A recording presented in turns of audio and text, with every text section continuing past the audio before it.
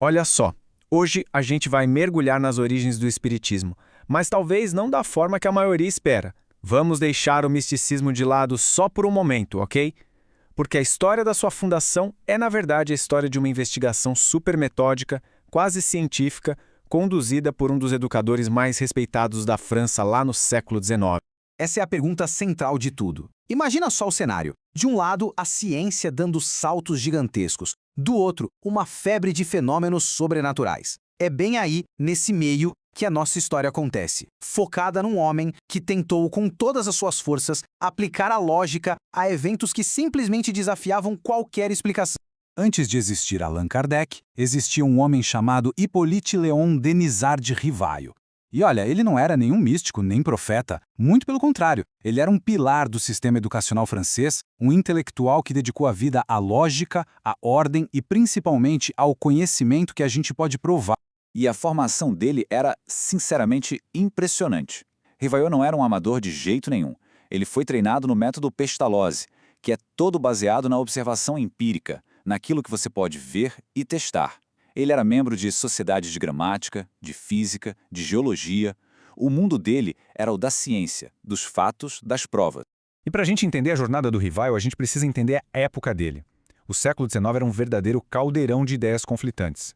De um lado, você tinha o positivismo e o darwinismo exigindo provas materiais para absolutamente tudo. Do outro, um fascínio popular por sessões espíritas e mesas que se moviam sozinhas. Isso tomou conta dos salões de Paris. Era a ciência e o sobrenatural batendo de frente. E foi em 1854 que esses dois mundos colidiram. Bem na vida do rival. Um amigo dele, um magnetizador chamado Fortier, contou sobre o tal fenômeno das mesas girantes. A primeira reação do rival? Desdém total. Para ele, aquilo era só um entretenimento de salão, sabe? Nada que merecesse um estudo sério. E essa citação nossa, ela mostra perfeitamente a mentalidade dele. Para o Rivail, era simples. Um objeto inanimado não podia ter inteligência. Ponto. Era fisicamente impossível. Ele exigia uma explicação lógica, baseada em causas que a ciência já conhecia, como eletricidade ou magnetismo. Qualquer outra coisa era, nas palavras dele, um conto para nos fazer dormir em pé. Aí veio a virada de chave. O ponto crucial foi que a natureza do fenômeno mudou. Não eram mais só mesas girando ou levitando. As mesas começaram a se comunicar de um jeito inteligente, respondendo perguntas com batidas no chão, soletrando palavras. Para um observador metódico como Rivail, isso mudava absolutamente tudo. Um movimento aleatório até podia ser explicado, mas comunicação inteligente, isso exigia uma investigação. E aqui a gente vê o educador, o cientista em ação. Em vez de simplesmente aceitar ou rejeitar de cara, ele aplicou o seu método. Primeiro passo, será que é fraude? Descartou. Segundo, e as causas físicas que a gente já conhece? Analisou todas. Terceiro passo, será que não é uma alucinação coletiva? Considerou essa possibilidade. Foi só depois de esgotar sistematicamente cada explicação convencional que ele se permitiu considerar a hipótese de uma inteligência externa. Bom, uma vez que ele se convenceu de que tinha algo real acontecendo ali, Rivail deu o próximo passo. Ele saiu da simples observação para a construção de um sistema. Ele precisava de um método para ter certeza de que as informações que ele recebia não eram só fruto da imaginação de um médium ou de um grupo isolado.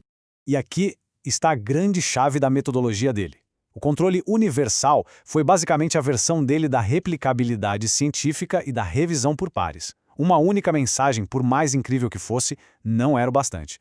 A mesma informação fundamental tinha que vir de fontes independentes, da França, da Alemanha, dos Estados Unidos. Essa concordância era para ele a prova de que não se tratava de uma fraude local ou de uma fantasia individual, era algo maior.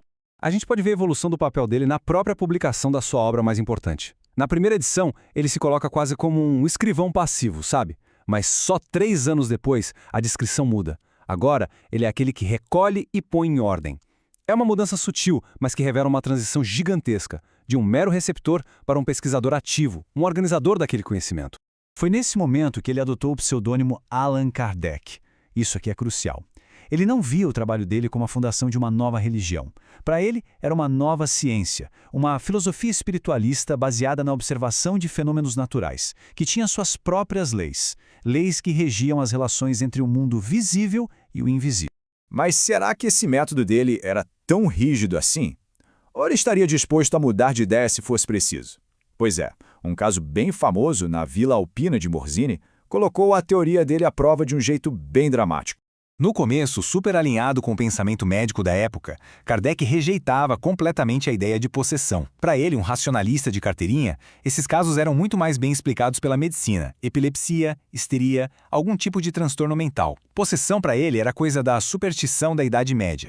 Mas aí veio o caso de Morzine. Uma aldeia inteira parecia ter enlouquecido.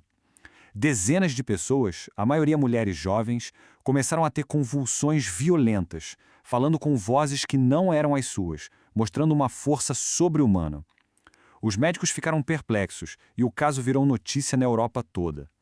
Kardec investigou tudo à distância, analisando relatórios, testemunhos, mergulhou no assunto. E aqui está a prova da integridade intelectual dele. Confrontado com evidências consistentes e inexplicáveis que batiam de frente com a teoria original dele, ele fez o que um verdadeiro investigador faz. Mudou de ideia. Ele concluiu que a sua negação absoluta da possessão estava errada e que o fenômeno, mesmo que raro, podia sim acontecer. Para ele, a evidência sempre superava uma teoria pré-concebida. Então, qual é o legado dessa jornada incrível? De um educador cético ao fundador de uma filosofia inteira. O impacto de Kardec é, para dizer o mínimo, surpreendente. Pensa só neste número. No Brasil, já foram vendidas mais de 25 milhões de cópias dos livros de Kardec. Isso faz dele o autor francês mais lido no país. Mais lido que gigantes como Victor Hugo ou Albert Camus. É um legado impressionante para um homem que começou tudo com uma curiosidade cética sobre mesas que se moviam sozinhas. Isso tudo nos deixa com uma última pergunta para refletir.